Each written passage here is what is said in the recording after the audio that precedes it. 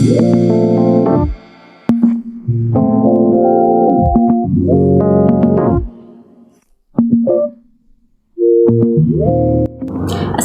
warahmatullahi wabarakatuh.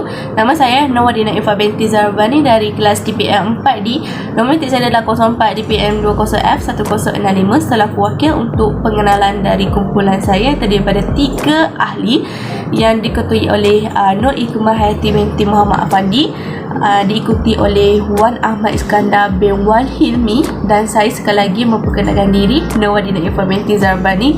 Hari ini kami ingin membentangkan satu tugasan yang merangkumi tajuk SEO, iaitu Search Engine Optimization.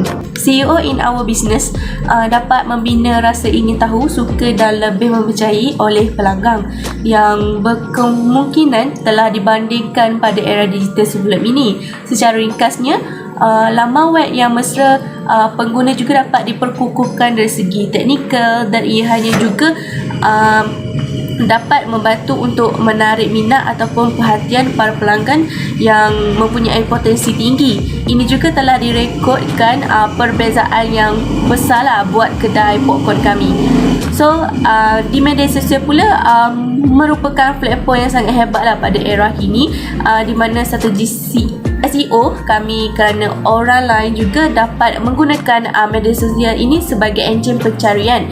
Mereka kerap menggunakan media sosial ini, tidak kiralah di FB, di Facebook ataupun di mana-mana saja alat carian platform ini untuk mencari ataupun membeli sesuatu yang mereka hendaki. Business idea by using SEO. Dari pencarian di Google terdapat 5 yang paling top yang saya ambil, iaitu yang pertama, caramel popcorn with coklat diesel. Kelainan ini menjadi pencarian yang agak tinggi lah di Google kerana keunikan ini sangat jarang dijumpai di mana-mana kedai ataupun kurang diterapkan kebawaan ini dalam popcorn yang sedia ada di pasaran.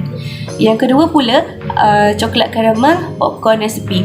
Pencarian sepi ini juga dapat carian yang banyak lah, kerana kita boleh dapat menjimatkan kos dari membeli, kerana penyediaannya ini juga amatlah ungkas dan dapat menikmati sepuas hati yang mungkin. Yang ketiga pula, coklat covered caramel, di mana perniagaan popcorn ini juga telah disediakan ataupun disediakan sering dapat menyajikan popcorn dalam satu perisa sahaja, dan dalam ini juga dia dapat menarik minat penggemar popcorn yang mencuba kelainan yang baru dan dapat mewujudkan menginovasikan perisa yang tersendiri dengan menggambarkan coklat dan karamel sebagai satu perisa.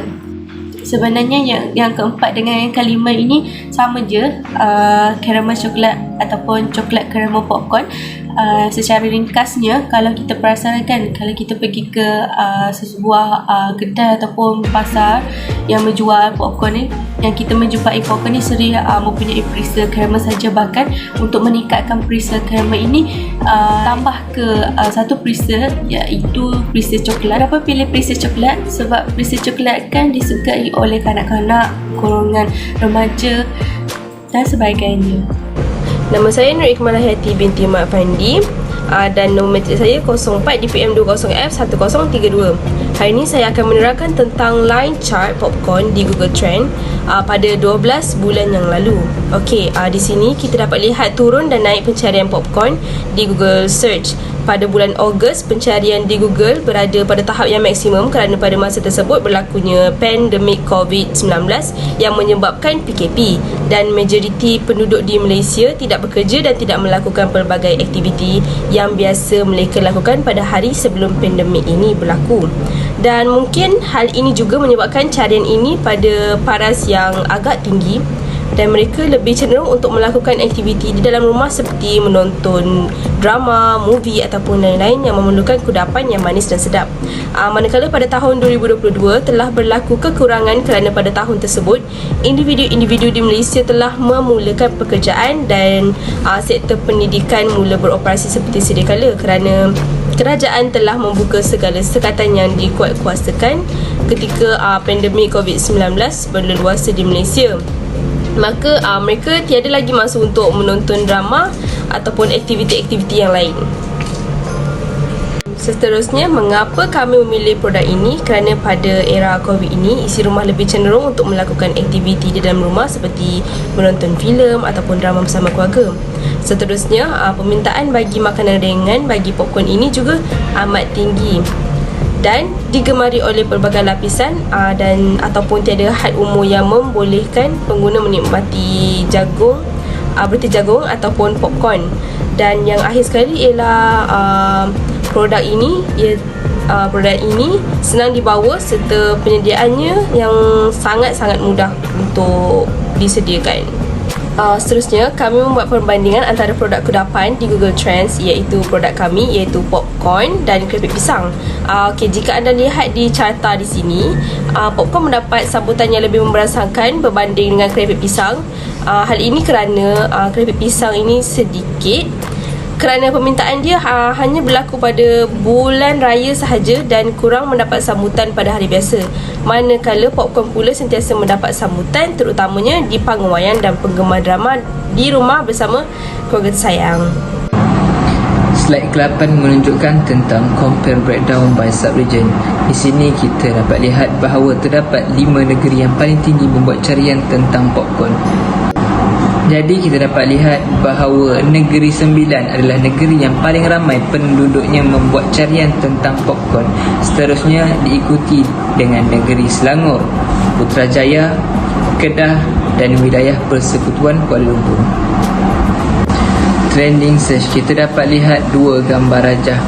Gambar rajah pertama menunjukkan daily search trend dan gambar rajah kedua menunjukkan real time search trend. Melihat kepada kedua-dua gambar rajah, kita dapat lihat bahawa di tangga yang tertinggi daripada kedua-dua gambar rajah itu adalah dalam bidang sukan. Jadi kita dapat lihat bahawa rakyat Malaysia ini sangat membuat carian tentang sukan. Jadi kita dapat lihat bahawa trending search ini merujuk kepada carian maklumat terkini yang ada di seluruh penduduk dunia. SEO teknik on Facebook page. Gambar rajah ini menunjukkan bagaimana teknik SEO untuk halaman Facebook page. Di sini saya akan menguraikan beberapa cara untuk mengoptimalkan SEO Facebook page. Pertama sekali adalah pilih nama terbaik untuk halaman Facebook kita. Ini mungkin terdengar seperti tidak masuk akal, walau bagaimanapun ini adalah langkah paling asas untuk mengoptimumkan jenama kita di Facebook. Dan juga yang paling penting, kedua, buat link URL untuk memudahkan customer berurusan dengan pihak kita. Yang ketiga, gunakan kata kunci dilepasi strategi pada halaman Facebook kita. Keempat, kita sertakan nombor telefon dan alamat perniagaan kita. Yang kelima, kita menyediakan pautan balik ke halaman peminat kita dan pada saluran yang sedia ada. Dan yang keenam, optimumkan kemaskini status halaman Facebook page kita. Sekian, terima kasih. Itu saja pembentangan daripada kumpulan kami.